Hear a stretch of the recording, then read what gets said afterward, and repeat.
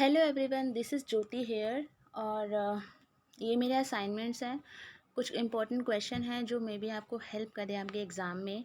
और MAD 008 जो कि हमारा ग्लोबलाइजेशन एंड एनवायरनमेंट है, उसी में एक पहला क्वेश्चन है। आपको ये पूरा आंसर फॉर्म में मिलेगा। और एक चीज़ और, अगर आप कोई और क्वेश्चन चाहते हैं जिसका मैं आंसर कराऊँ, प्लीज़ आप मुझे कमेंट सेक्शन में बता सकते हैं, या मेरा टेलीग्राम ग्रुप ज्वाइन करके आप वहाँ से भी पूछ सकते हैं। और इसके अलावा अगर आपको इसका PDF चाहिए तो प्लीज़ टेलीग्राम ग्रुप ज्वाइन कीजिए, वहाँ पे सारे PDF अवेलेबल हैं।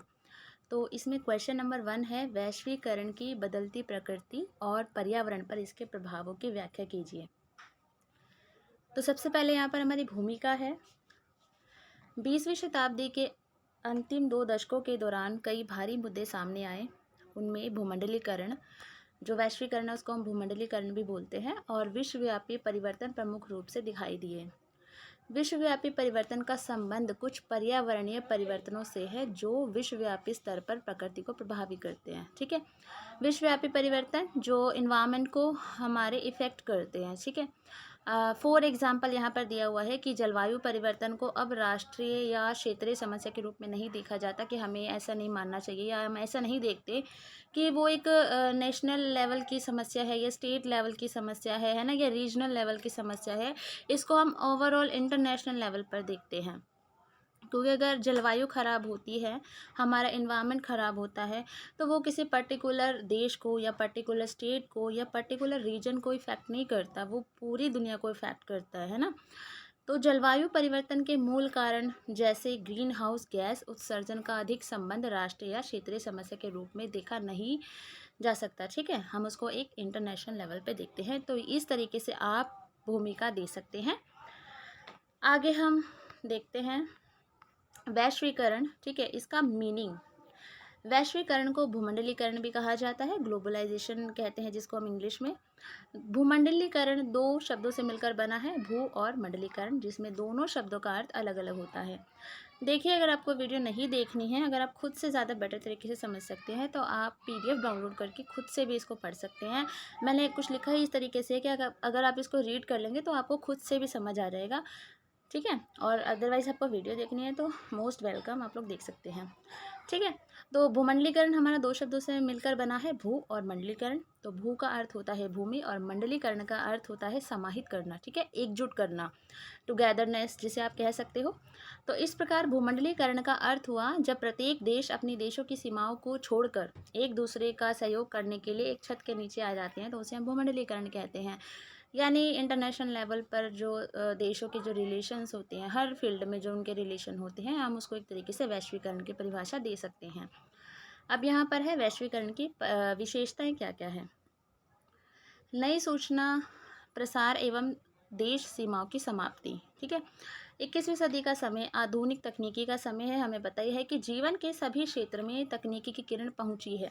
हर जगह आप तकनीकी का यूज़ देख सकते हैं। विज्ञान एवं तकनीक सारे देशों की भौगोलिक सीमाओं को मिटाने लगे हैं। मतलब अब भौगोलिक सीमा रह ही नहीं गई। आज आप यहाँ इंडिया में हैं तो आप अमेरिका में भी मिनटों में बात कर सकते हैं, है ना, मिनटों में व्यापार कर सकते हैं। अंतर्राष्ट्रीय सहायता केंद्र, मानवाधिकार आयोग, विश्व बैंक, तकनीकी प्रगति आदि से विश्व के विकसित और विकासशील देशों का आपसी संबंध बढ़ा है। ये आप एज एन एग्जाम्पल यूज़ कर सकते हैं। ये इसकी विशेषता है कि नई सूचना प्रसार एवं देश की सीमाओं की समाप्ति हो रही है। उसके बाद हमारी सेकंड विशेषता ये हम लिख सकते हैं कि सूचना और संचार, कंप्यूटर, इंटरनेट और संचार के अन्य आधुनिकता साधनों के जरिए दुनिया में राष्ट्रों के बीच की दूरी कम होती जा रही है। एक तरफ सूचना क्रांति की अंधी दौड़ में हमारे पारंपरिक प्रेम एवं सद्भाव की कमी हो गई है। तो कहीं ना कहीं हम कनेक्टेड हो पा रहे हैं एक दूसरे से, और बहुत जल्दी कनेक्टेड हो जाते हैं, लेकिन इससे ना हमारा जो पारस्परिक प्रेम है, सद्भावना है जो है ना, वो कमी हो गई है। एग्ज़ाम्पल के लिए, जैसे अगर हम किसी को मैसेज करते हैं या कॉल करते हैं तो कोई कॉल नहीं उठाता, तो एक इनसिक्योरिटी सी, एक डिप्रेशन टाइप सा, एकदम फ्रस्ट्रेशन सी होती है। या कोई हमारा रिप्लाई जिस टाइम हम चाहते हैं बिल्कुल उसी टाइम पर ना दे, तो भी हमें थोड़ी फ्रस्ट्रेशन हो जाती है। तो ये छोटा सा इसका एक नेगेटिव पॉइंट आप मान सकते हैं। उसके बाद हमारा है थर्ड, इसकी जो कैरेक्टरिस्टिक है वो है ई कॉमर्स।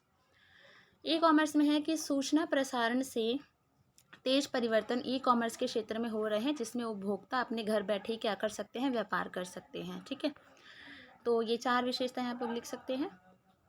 आगे हमारा पूछा इन्होंने वैश्वीकरण, सॉरी पूछा नहीं है, हम लोग बता रहे हैं कि वैश्वीकरण के प्रमुख आयाम। ठीक है, तो वैश्वीकरण के मुख्य आयाम है आर्थिक, राजनीतिक, सामाजिक, सांस्कृतिक, ये सब क्या है, आपस में इंटरकनेक्टेड है। पहला देखते हैं हम लोग आर्थिक आयाम। ठीक है, देखो यार 20 नंबर में ये आंसर हमें लिखना होता है। तो वैश्वीकरण का क्या प्रभाव है, इसके अलावा हमें थोड़ा वैश्वीकरण को डिफाइन करना है। ठीक है, उसके क्या आयाम है, छोटा छोटा छोटा छोटा हमें इसको डिफाइन करना है। ठीक है, ताकि हम मार्क्स अच्छा स्कोर कर सकें अपना एमए में। तो आर्थिक आयाम में क्या है, वैश्वीकरण का सर्वप्रथम आयाम आर्थिक आयाम है। इसमें वाणिज्य, निवेश, उत्पादन और पूंजी प्रवाह आते हैं। ठीक है, पैसों का लेन देन हो गया, बिजनेस हो गया, ये सब इसके अंदर आता है। लगभग हर विकासशील देश के पास निवेश करने के लिए पूंजी की कमी थी। इस निवेश अंतराल को पूरा करने के लिए विदेश पूंजी की चाह बढ़ती जा रही थी। तो इसका फ़ायदा उठाकर वैश्वीकरण ने संपूर्ण विश्व को विश्व व्यापार के दायरे में घसीट लिया। ठीक है, अभी कोई कंट्री है विकासशील है, अभी वो विकास कर रहे हैं, अगर उनको पैसों की कमी है तो ऐसे में जो वैश्वीकरण है उसी के थ्रू ही जो कोई नया देश है वो वहाँ पे बिजनेस करता है या वो उनको पैसे प्रोवाइड कराता है। ठीक है, ये इस वैश्वीकरण की वजह से ये होता है कि वो उनको हेल्प करता है। दूसरा है हमारा राजनीतिक आयाम। तो वैश्वीकरण की होड़ में पड़ने पर सरकारों को यह तय करने का हक नहीं रह गया है कि अपने देश की जनता के लिए क्या अच्छा है और क्या बुरा। इस परिस्थिति में राष्ट्रों के भीतर एक विचित्र अवस्था पैदा कर दी है। तो कहीं ना कहीं ये भी हो गया है कि वैश्वीकरण की होड़ हो रही है, मतलब गवर्नमेंट को ये भी नहीं लगता कि हमारे जो नागरिक हैं उनके लिए क्या अच्छा है क्या बुरा है। बस यही है कि हमें डेवलपमेंट करनी है। तो इस तरीके से एक एक आम नागरिक कैसे सफ़र कर रहा है, स्टेट कैसे सफ़र कर रही है, तो उनका ध्यान इस पर नहीं जाता है। सामाजिक सांस्कृतिक आयाम, वैश्वीकरण और निजीकरण के विरुद्ध बहुत दंगे आजकल होते हैं। ठीक है, तो कहीं ना कहीं इसके खिलाफ आवाज़ भी उठती है, लेकिन आजकल विकासशील देशों की सरकारों के सामने विश्व अर्थव्यवस्था के आज्ञाओं का पालन करने के अलावा और कोई चारा भी नहीं है। मैंने बताया था कि अगर होड़ ही है एक तरीके से ना, कोई इससे पीछे नहीं हट सकता, क्योंकि इसके बिना विकास भी 21वीं सदी में संभव नहीं है, क्योंकि हर देश एक दूसरे के ऊपर निर्भर है। कोई देश ऐसा नहीं है जो वो खुद से डेवलपमेंट कर सकता है अपनी, या अगर वो डेवलप्ड है तो वो उस डेवलपमेंट को बनाए रख सकता है। ठीक है, तो आज हमारी सामाजिक व्यवस्था इतनी बदल गई है कि भूमंडलीय आंधी सभी को हिला रही है। ठीक है, अभी सांस्कृतिक सामाजिक आदान प्रदान होता है, कोई किसी का कल्चर अपना रहा है, कोई किसी के कल्चर को फॉलो कर रहा है, तो ये सब किस वजह से हो रहा है, वैश्वीकरण की वजह से। ठीक है, आगे है हमारा वैश्वीकरण की बदलती प्रकृति। ठीक है, हमारे क्वेश्चन में क्या था, यहाँ पर क्वेश्चन में पूछा था वैश्वीकरण की बदलती प्रकृति। ठीक है, तो हमने थोड़ा थोड़ा वैश्वीकरण के बारे में बताया। अब हम जानेंगे वैश्वीकरण की बदलती प्रकृति। ठीक है, होप आपको यहाँ तक समझ आ गया होगा। ठीक है, कहाँ गई इसकी बदलती प्रकृति, ये रही। ठीक है, आर्थिक भूमंडलीकरण पूंजीवादी विकास के अभिन्न अंग के रूप में पूंजी के विश्वव्यापी विस्तार से जुड़ा हुआ है। इसलिए पूंजी का बहुत तेजी से विश्वव्यापी प्रसार और विस्तार का युग स्पष्ट रूप से दिखाई दे रहा है। इस युगांतरों को भूमंडलीकरण कहा जाता है। ठीक है, तो वैश्वीकरण का जो मेन, जो आप ये लगा लो कि उसे ऐसे मान सकते हो कि बेसिकली एक जो बिजनेस करने का तरीका है ना, बिजनेस या अपनी पूंजी को इधर से उधर पहुंचाने का, व्यापार बढ़ाने का, तो वो किस वजह से हो रहा है, वैश्वीकरण की वजह से, या वो जिस माध्यम से हो रहा है उस माध्यम को हम वैश्वीकरण बोल सकते हैं। ठीक है, तो इसकी प्रकृति कैसे बदलती है। ठीक है, तो पहला है हमारा प्रौद्योगिकी की भूमिका। ठीक है, तो इसमें है भूमंडलीकरण 1860 से 1914 की पिछली अवस्था भाप के जहाज़ों और रेलों द्वारा परिवहन लागत में कमी के कारण आगे बढ़ी। वर्तमान प्रावस्था काफ़ी सीमा तक सूचना और संचार के प्रौद्योगिकी द्वारा संचालित की गई। सूचना प्रोसेसिंग की औसत लागत 7.5 प्रति करोड़ डॉलर ऑपरेशनों से गिरकर 1960-90 में सैकड़ों प्रतिशत से भी कम हुई। ठीक है, तो यहाँ पर ये बोला है कि कैसे कैसे जो हमारा जो ग्लोबलाइजेशन है उसकी जो प्रकृति है वो कैसे कैसे चेंज हुई। ठीक है, तो प्रौद्योगिकी की भूमिका क्या रही, तो ये एक रटने वाली चीज़ है। ठीक है, आपको रटना ही पड़ेगा इसको, मैं समझाऊँ कैसे समझाऊँ, तो क्या चेंज आया वो आपको बताना है इसमें। ठीक है, आगे है व्यापार की भूमिका।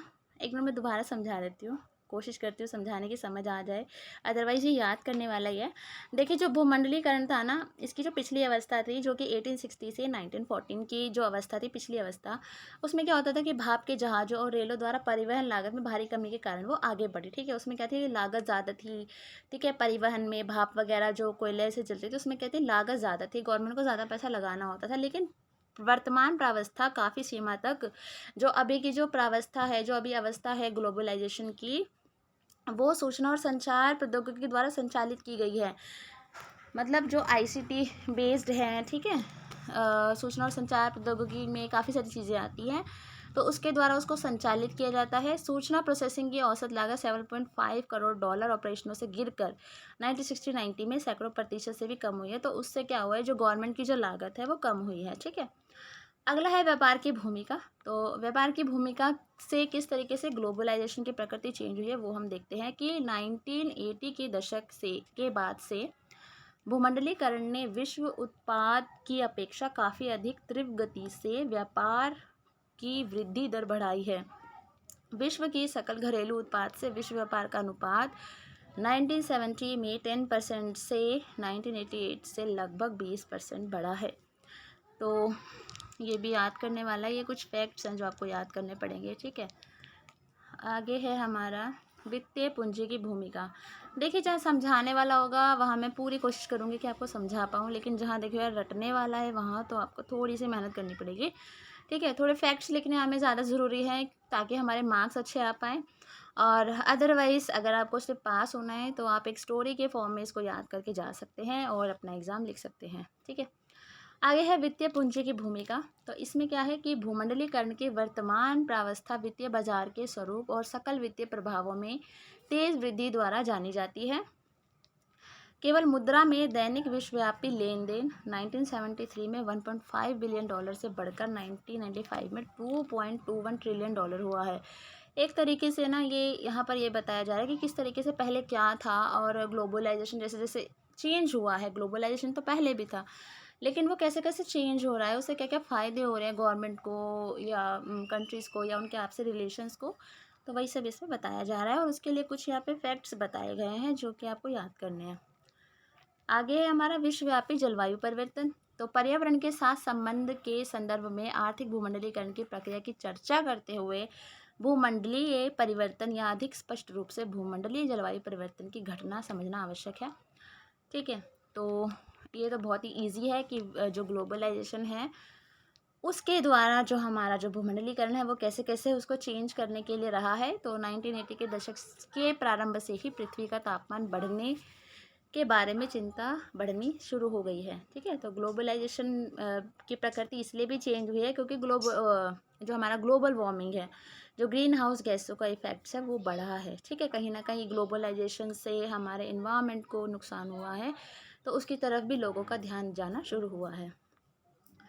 ओके, तो अब हमारे क्वेश्चन का जो सेकंड पार्ट था, वैश्वीकरण के पर्यावरण पर प्रभाव बताइए, ठीक है। तो वो हमें बताना है। इसमें है पर्यावरण वैश्विक चिंता का विषय है, हम सभी जानते हैं।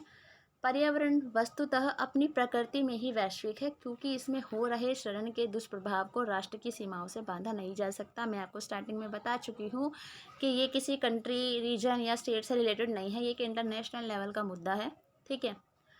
सही मायनों में विश्व पर्यावरण की समस्या का केंद्र बिंदु नगर है। पर्यावरण की आज लगभग सारी समस्याएं नगरीय विकास से जुड़ी है। जैसे जैसे डेवलपमेंट हो रहा है, ठीक है, जो नगर में डेवलपमेंट होता है उससे जो सारी मेन समस्या जुड़ी हुई है, ठीक है। तो इसका क्या प्रभाव है, मुक्त व्यापार और पर्यावरण, ठीक है। तो इसमें है क्या लिख सकते हैं हम लोग कि उत्पादन के भूमंडलीकरण में हाल ही की प्रवृत्तियों और व्यापार तथा निवेशकों के मुक्त प्रवाह की सभी बाधाओं में अत्यधिक कमी का विश्व भर में बहुत से पर्यावरण समूहों द्वारा विरोध किया गया है, ठीक है। तो एनवायरनमेंट पर क्या फ़र्क पड़ा है, तो इसमें क्या है, उत्पादन के भूमंडलीकरण में हाल की जो प्रवृत्तियाँ हुई है और व्यापार तथा निवेश के मुक्त प्रवाह की सभी बाधाओं में अत्यधिक कमी, जो इसमें बाधाएं होती हैं, ठीक है, कि हमें भूमंडलीकरण करना है, हमें व्यापार करना है, तो इसमें जो बाधाएं हैं उसमें अत्यधिक कमी का जो बाधाओं में जो कमियां आ रही है उसका विश्व भर में बहुत से पर्यावरण समूहों द्वारा विरोध किया गया है कि हम जो व्यापार करना चाहते हैं इसमें जो भी बाधाएं हैं, ठीक है, उसमें कमी आ रही है। वो चाहते हैं कि इसमें कुछ ना कुछ बाधाएं तो नहीं, खैर कुछ नियम कुछ ऐसे बनाए जाए ताकि हमारा जो इन्वायरमेंट है वो बचा रहे, उसको नुकसान ना हो, ठीक है। तो इसका वो विरोध करते हैं। दूसरा है हमारा पर्यावरण और वैश्वीकरण। वैश्वीकरण ने विश्व वातावरण को बदल दिया है। भूमंडलीकरण ने सामाजिक, सांस्कृतिक, प्रौद्योगिक तथा वित्तीय परिभाषाओं को नई दिशा प्रदान की है। वैश्वीकरण का पर्यावरण तथा सतत विकास पर कई प्रकार से प्रभाव पड़ा है। सतत विकास क्या होता है? इग्नू कॉर्नर में जाके आप लोग वीडियो देख सकते हैं, सतत विकास क्या है, मैंने उसकी भी वीडियो डाली हुई है, ठीक है। तो विकास पर प्रभाव पड़ा है। इसके आर्थिक वृद्धि तथा सहयोग संस्थाओं में बढ़ोतरी दोनों ही विश्व वातावरण को लंबे समय तक बनाए रखने के लिए ज़रूरी है। वैश्वीकरण ने समानता व न्याय को सोचे बिना ही नाश करने वाली क्रियाओं को अपनाया, जिससे बड़े स्तर पर प्राकृतिक संसाधनों जिन पर बड़ी संख्या में लोग निर्भर हैं को क्षति पहुंची है। देखिए जो वैश्वीकरण हो रहा है उसमें क्या है कि हम इतने अंधे हो चुके हैं विकास की दौड़ में कि हम अपने इन्वायरमेंट को नुकसान पहुंचा रहे हैं, है ना। तो जितना ज़्यादा हम भौतिकतावाद के पास जा रहे हैं उतना उतना हम अपने इन्वायरमेंट से दूर होते जा रहे हैं, है ना। हम अपने नेचर से दूर होते जा रहे हैं, जिससे हमारा नेचर इफेक्ट हो रहा है। और एक बात बताइए, जब नेचर इफेक्ट होगा, नेचर पे नेगेटिव इम्पैक्ट पड़ेगा, तो हम कौन से पॉजिटिव रह पाएंगे, है ना। तो कहीं ना कहीं वो हमें भी नुकसान करेगा और हम अपने आने वाली पीढ़ियों के लिए भी एक खतरनाक इन्वायरमेंट एक क्रिएट कर रहे हैं, है ना, कि वो रह ही नहीं सकेंगे इसमें।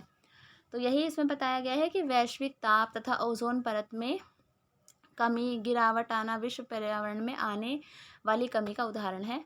तो बहुत से देशों में एसिड वर्षा तथा समुद्री स्तर में बढ़ोतरी अंतर्राष्ट्रीय चिंतन का विषय है तथा इसके स्थानीय प्रभाव वायु एवं जल प्रदूषण, मिट्टी की उर्वरता में कमी तथा वन रोपण आदि के रूप में देखे जा सकते हैं, है ना। तो एक तरफ भूमंडलीकरण ने पर्यावरण पर अपने प्रभाव छोड़े, दूसरी ओर पर्यावरण ने भूमंडलीकरण की गति, दिशा तथा स्तर को प्रभावित किया है। ऐसा नहीं है कि ग्लोबलाइजेशन ने ही इन्वायरमेंट को प्रभावित किया है, बल्कि इन्वायरमेंट ने भी ग्लोबलाइजेशन की जो स्पीड है, जो उसकी डायरेक्शन है, जो उसका लेवल है, उसको भी प्रभावित किया है। यानी दोनों ही एक दूसरे को प्रभावित करते हैं। इसका कारण है कि पर्यावरण संसाधनों ने आर्थिक भूमंडलीकरण को ऊर्जा प्रदान की, किंतु हमारी सामाजिक तथा आर्थिक नीतियों के कारण निम्न पर्यावरण समस्याओं का सामना करना पड़ा, जो कि भूमंडलीकरण प्राकृतिक संपदा को खतरे में डाल दिया, है ना। मान लीजिए किसी देश में फर्नीचर की ज़्यादा डिमांड है और किसी कंट्री में पेड़ ज़्यादा हैं, तो उन्होंने पेड़ बहुत सारे काटे, फर्नीचर बनाया और वहाँ तक मतलब ट्रांसफ़र किया। अब ऐसे उनका जो ग्लोबलाइजेशन है, जो वैश्वीकरण है, उनके रिश्ते काफ़ी अच्छे हुए हैं और उनको एक दूसरे से फ़ायदा भी हुआ है, लेकिन इन्वायरमेंट को तो नुकसान हो गया ना इससे, है ना। तो हद से ज़्यादा पेड़ काटे गए एकदम, तो उस चीज़ का इफ़ेक्ट पड़ता है।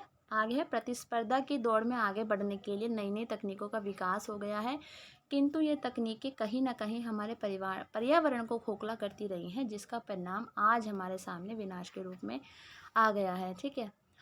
केवल पर्यावरण ही नहीं, इससे देशों के मध्य कई और खाई जो है वो और भी गहरी हो गई है, ठीक है।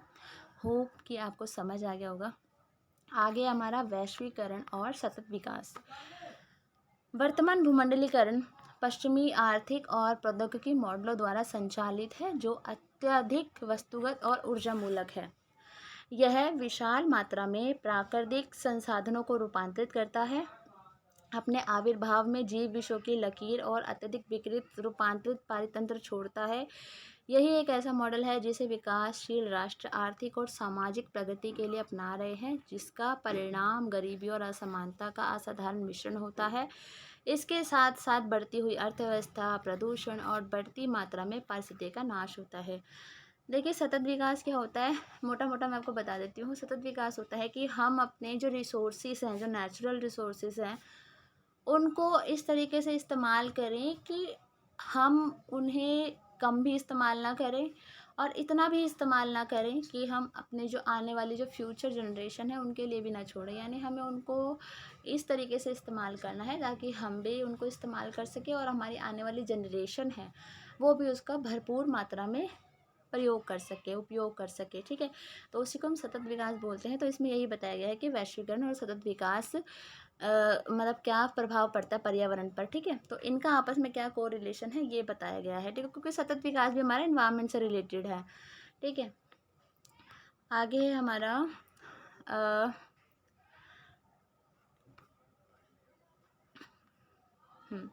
आगे है पारिस्थितिकीय वैश्वीकरण की प्रक्रिया इस तथ्य से प्रेरित हुई है कि पारिस्थितिक तंत्र, आपको पता है ना कि हर जो एक फूड चेन होती है उसको पारिस्थितिकी तंत्र आप एक तरीके से कह सकते हैं, है ना। तो पारिस्थितिकी वैश्वीकरण की प्रक्रिया इस तथ्य से प्रेरित हुई है कि उत्पादन और खपत के स्तर उस अवस्था में पहुंच गए हैं जहां कोई अपने ही देश में जो करता है उसका मुख्य प्रभाव पड़ोसी देशों या शेष विश्व पर हो सकता है। तो इसका सबसे बड़ा एग्जाम्पल आप ले सकते हैं, अभी जो यूक्रेन में जो वॉर चल रही है उससे काफ़ी चीज़ें महंगी हो गई है ना। तो यही है कि अगर एक चीज़ में नुकसान हो रहा है तो कहीं ना कहीं अदर्स कंट्रीज़ को भी वो इफ़ेक्ट करेगा, ठीक है। यहाँ तक साधारण सी वस्तु जैसे रेफ्रिजरेटरों एवं एयर कंडीशनरों का प्रयोग विश्व के ओजोन परत को नष्ट करता है, ये तो हमें पता ही है। मोटर वाहनों का चालाना और वृक्षों की असीमित कटाव विश्व की जलवायु अस्थिर कर सकता है। जितने ज़्यादा हम पेड़ काटेंगे हमारा इन्वायरमेंट उतना ही बेकार होता जाएगा। और भारत में डिक्लोरो डाइफेनाइल टिक्रोएथेन जैसे जैव मिश्रणों का लगातार उपयोग करने से विश्व के दूर ध्रुवीय क्षेत्रों में मानव और अन्य जीव भी इसके उनको भी जीवन संकट में डालने वाला प्रदूषण इससे बन सकता है, क्योंकि मिश्रण विश्व के महासागरीय धाराओं और वायु धाराओं द्वारा इन क्षेत्रों में लाया जा सकता है, ठीक है। आगे है वैश्वीकरण और पारितंत्र का बड़ी मात्रा में विघटन। विघटन मतलब होता है टूटना, ठीक है। तो विश्व विकास रिपोर्ट 2003 उल्लेख करती है कि भूमंडलीय उपग्रह सर्वेक्षण ने 1990 से 2000 के दशक के दौरान 0.52% प्रतिवर्ष की दर से या वर्ष में 92 लाख हेक्टेयर उष्णकटिबंधीय घास निम्नीकरण का अनुमान लगाया, जिसका क्षेत्र कम पुर्तगाल के आकार के बराबर है। कोरल रीफे विरंजन प्रदूषण और विनाशकारी मत्स्य ग्रहण से नष्ट हो रही हैं। एल नीनो से संबंध 1998 में विश्वव्यापी ब्लीचिंग की घटना ने विश्व की 16% प्रवाल भित्तियों को नुकसान पहुंचाया। इनमें से आधे तो संभवतः सुधार योग्य नहीं रह गए थे, अन्य 32% को अगले 30 वर्षों में संकटग्रस्त माना गया और 11% नष्ट हो चुके हैं। ये तो यार सारा फैक्चुअल है, याद कर लेना जितना हो सके, ठीक है। आगे हम लोग आ गए हैं कंक्लूजन पे। तो अब ये हमारा फाइनल है, ठीक है, निष्कर्ष। तो निष्कर्ष मैं सिर्फ रीड कर रही हूँ क्योंकि इसमें मैं समझाऊंगी नहीं। अभी तक जितना भी आपको आंसर सुनकर या खुद से पढ़कर जो भी समझ आया है वो हम कंक्लूजन में लिखते हैं, ठीक है। तो खुद लिख लेना, मैं रीड करके सुना रही हूँ सिर्फ। तो विश्व 1980 के दशक के प्रारंभ से विश्व व्यापार, वित्तीय प्रवाह और पार राष्ट्रीय उत्पादन के फैलाव में अप्रत्याशित गति अनुभव कर रहे हैं। यह प्रक्रिया व्यापक रूप में भूमंडलीकरण के रूप में जानी जाती है। इसे सूचना और संचार प्रौद्योगिकी में क्रांति द्वारा सहायता मिले, जिसने समय और दूरी को कम कर दिया है। यद्यपि इन तीव्र परिवर्तन को तेज प्रगति को सतत बनाने के लिए आवश्यक देखा जाता है, परंतु कुछ चिंताएं भी हैं कि संसाधनों का तेजी से दोहन करने के औद्योगिक कार्यों को बढ़ाने से विशेषकर ऊर्जा और परिवहन क्षेत्रों में भूमंडलीकरण की प्रक्रिया पर्यावरण की पर्याप्त क्षति कर रही है। पर्यावरणीय प्रभाव ग्रीन हाउस गैसों के उत्सर्जन के रूप में विश्वव्यापी समानुपात ग्रहण कर रहा है। इससे संसाधनों की क्षीणता के अलावा ग्लोबल वार्मिंग या जलवायु परिवर्तन और जैव विविधता निम्नीकरण हो रहा है। मुक्त व्यापार और निवेश प्रभाव भी, जो भूमंडलीकरण की प्रक्रिया आगे बढ़ाता है, पर्यावरण की दृष्टि से हानिकारक देखा गया है। तो कंक्लूजन आप खुद से लिख लेना। होप आपको आंसर मैंने समझाने की पूरी कोशिश की है। प्लीज़ यार कोई सजेशन हो तो कमेंट सेक्शन में कमेंट कर देना, और सब्सक्राइब करने के लिए बोलना पड़ेगा या बिना बोले जैसा भी हो कर देना, ठीक है। और वीडियो शेयर कर देना, और अच्छी लगे तो प्लीज़ लाइक कर देना।